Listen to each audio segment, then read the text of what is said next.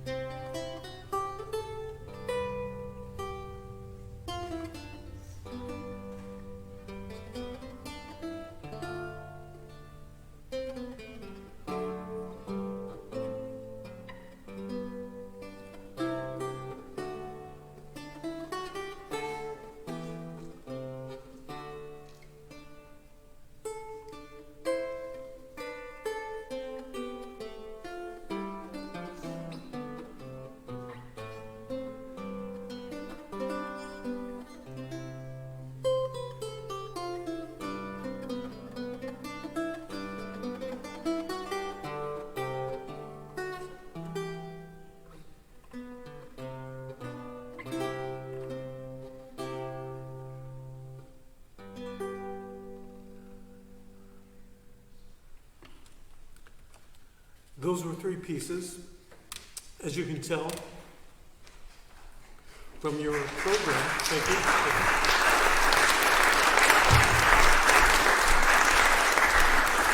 By Francesco Milano, you can tell his dates of his birth and death. He was known as Il Divino, which means the divine, due to the fact of his compositions, due to the fact of his touch on the instrument was just angelic.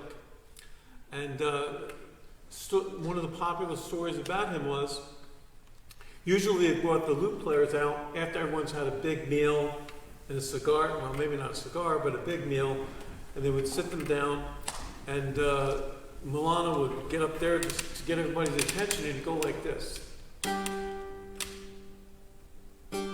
By the time he got to the third note, everything stopped. People were mesmerized by the guy. And his compositions are just deep and rich. A quick side note, you'll notice I'm using the, from Arthur J. Ness's The Collected Works of Francesco Milano. He wrote the definitive compilation of this man's work. And I'm privileged enough to know this man. Unfortunately for him, he put his address and phone number in the book, so I called him up and we've become friends. A great man like that understands the lute from a historical perspective way beyond me, and I'm grateful to know a man like that and to have him as a resource for this music. The next few pieces are English tunes, if you will. You'll notice where they're found. The first one, Bonnie Sweet Boy, which is dedicated to my grandson, Desmond, who just left. He was down visiting us. It's taken from the Thomas Robinson Lute Book, I believe. The second one, I'm not sure where it's from, but the Parliament and something else here. Let me see, the Parliament and Kemp's Jig. And the third one being William Ballet's Passamezzo. I hope you like them.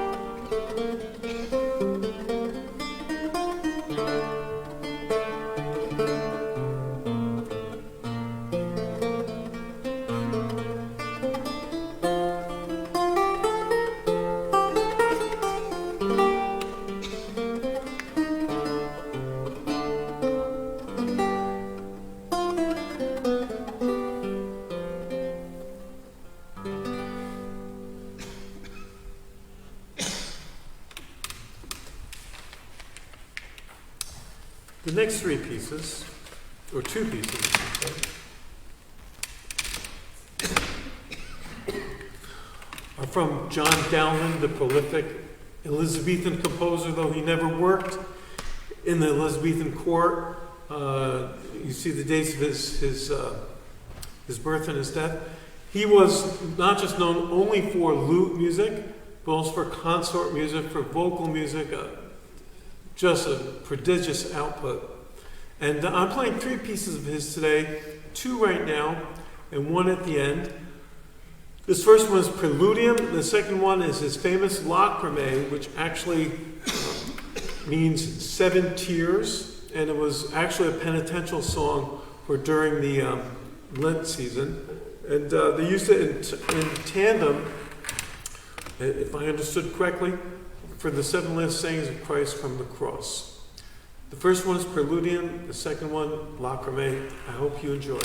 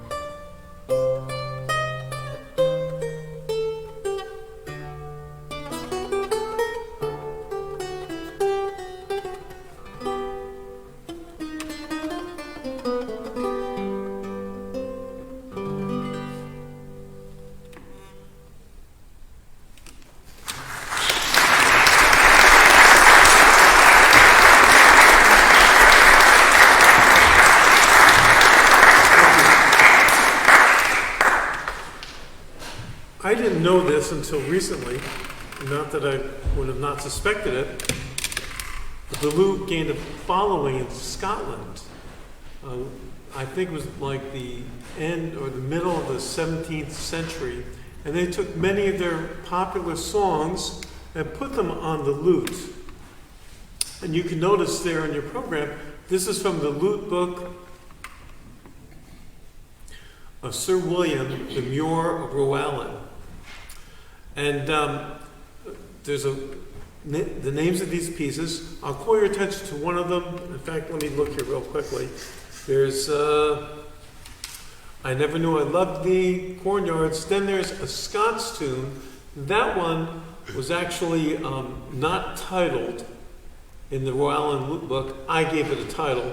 And that's followed by another untitled one called, I put a title to it, Have Fun Storming the Castle, from The Princess Bride. Followed by a Scots tune, and I hope you enjoy these. They're very beautiful, and I've enjoyed preparing them.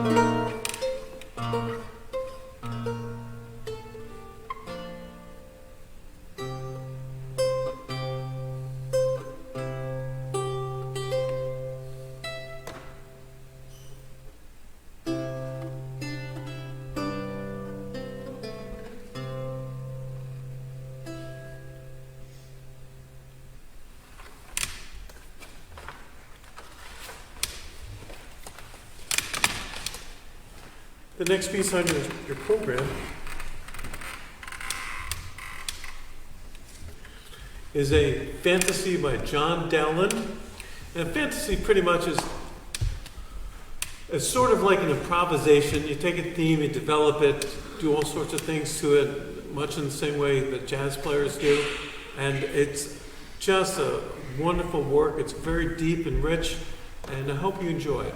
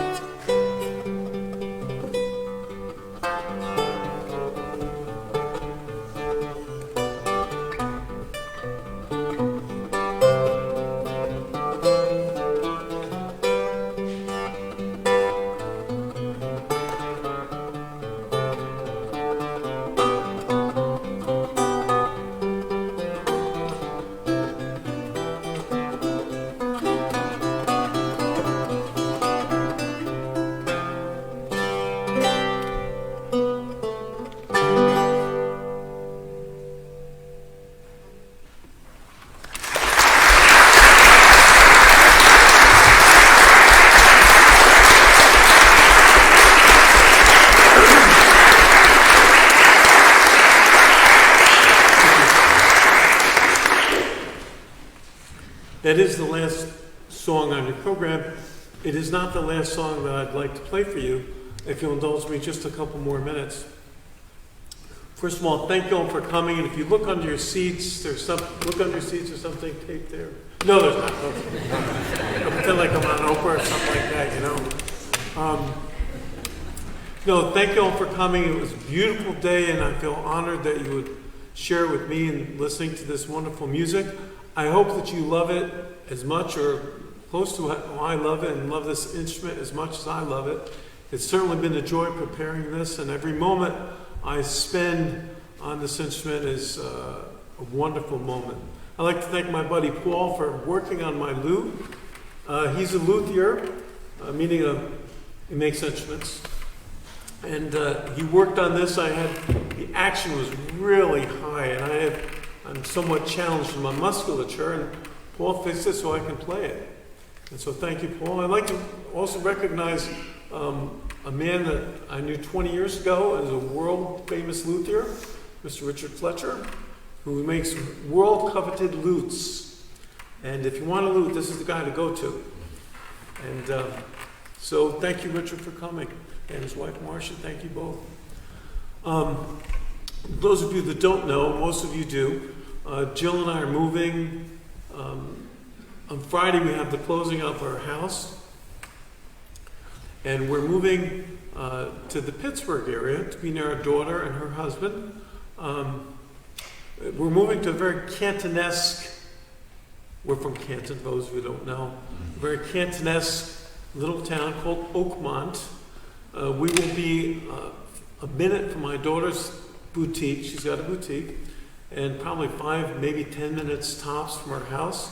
We'll be an hour close to my son Joel and Melinda, my son Joel's wife Melinda, and we will still be hours from our grandson in Pittsburgh, in Maine. But you know, the airport's right there. You can take a plane. We're hoping to take a train ride up, which will fulfill my mother's greatest ambitions for me, because she always wanted me to be an engineer. And so we'll be taking a train up, or it's always a long car ride, but the upside of that is you can stop by roadside stands and have a lobster roll, so that's a good thing. And I mentioned Dr. Arthur Ness. If we take the train up in next month, we're going to meet he and his wife. They go to Maine all the time by train. So I can get a chance to pick this gentleman's brain about the music of Milano. And I have 101 questions written down already to ask him. There's many good things about this move. It's bittersweet. One of the nicer things is closer to the kids. Another nice thing is from here to the stoplight, I'm from that far from the Oakmont Bakery, world famous bakery, fresh Italian bread. And that town's inhabited by people from southern Italy. So I get buffalo mozzarella, I get provolone, I get prosciutto, I get gabagool. It's to be great. So next time you see me, and I hope you'll have me back for a concert next year, but it's going to cost because they're going to have to rent a crane to get me in here. But it is bittersweet. You know, the bitter side is leaving friends that we've made all these many years, and the friendships that we've had, some new, some old. You know, it's bittersweet. And we're in Canton 32 years. I mean, I can't believe it. 32 years. And I must say, for the record, and they're taping this, I am grateful to raise my family in Canton. And I'm grateful my kids were products of the Canton area school district. I'm grateful for the friendships I've made in Canton. And again, it is bittersweet. The next tune I'd like to play, I think, again, it's from the Rhode Island Lute Book. It is untitled. I have given it a title. And this musically, and I believe the title that I have given it, expresses what I'd like to leave you with. And I'd like to thank you all for your friendship of 32 years. I mean, 32 Christmases, birthdays, anniversaries, Advents, Lents, Easters, Thanksgivings, you know. I remember the Canton, what they call the cantata every year. You know, how much fun it was getting together with everybody and singing in that. Janet's somewhere here, somewhere, I think. There she is. Janet Ted used to run that. You know, so many great memories. You know, I remember gigs with choir. Where is he? Back there. You know, when I could play the guitar, you know, gigs with him. And so many memories with each of you. Some of you not as long as others, but, you know, doesn't mean that the heart wasn't there. So as I play this last song, I hope that you've enjoyed this program. I'd like to tell you that, you know, Jill and I will be bringing you with us, if you will, in our hearts, and that we love you, and thank you for coming today. And as I leave you with this last song, and its title, it's the very last thing I wanted to say to all of you. And the title is Farewell.